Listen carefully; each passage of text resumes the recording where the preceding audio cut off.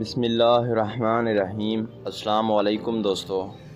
علی ایک عام نوجوان تھا جو کراچی میں رہتا تھا۔ ایک دن جب وہ گھر واپس آیا تو دروازے پر ایک انجان خط پڑا ہوا تھا۔ خط پر صرف ایک جملہ لکھا تھا: کل رات 12 بجے پرانی حویلی کے پاس آنا، راز تمہیں خود ملے گا۔ علی نے سوچا شاید کوئی مذاق ہے، مگر تجسس نے اسے رکنے نہ دیا۔ اگلی رات وہ پرانی حویلی کے قریب پہنچا۔ وہاں روشنی نہ تھی، صرف چاندنی میں حویلی کا خوفناک سایہ نظر آ رہا تھا۔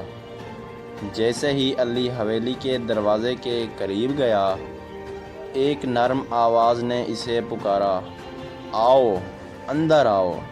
علی نے دل میں ہمت کی اور اندر قدم رکھا۔ حویلی کے اندر ایک چھوٹا کمرہ تھا جہاں ایک بوڑھا شخص بیٹھا تھا۔ اس نے کہا: میں تمہارا دادا ہوں جو تمہیں یہ خط بھیجا ہے۔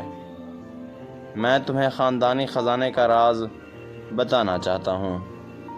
بوڑھے نے ایک پرانا صندوق کھولا جس میں سونے کے سکے، قیمتی زیورات اور ایک پرانی کتاب تھی۔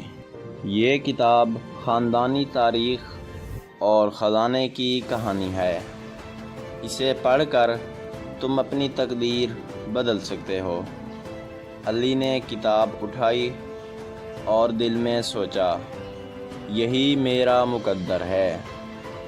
مزید ایسی کہانیوں کے لیے میرے چینل کو لازمی لائک اور سبسکرائب کریں، اور ساتھ میں دیے گئے گھنٹی کے نشان کو دبانا نہ بھولیں، اور کامنٹ باکس میں یہ لازمی بتائیں کہ آپ کو یہ کہانی کیسی لگی اور آپ کس طرح کی کہانیاں پسند کرتے ہیں۔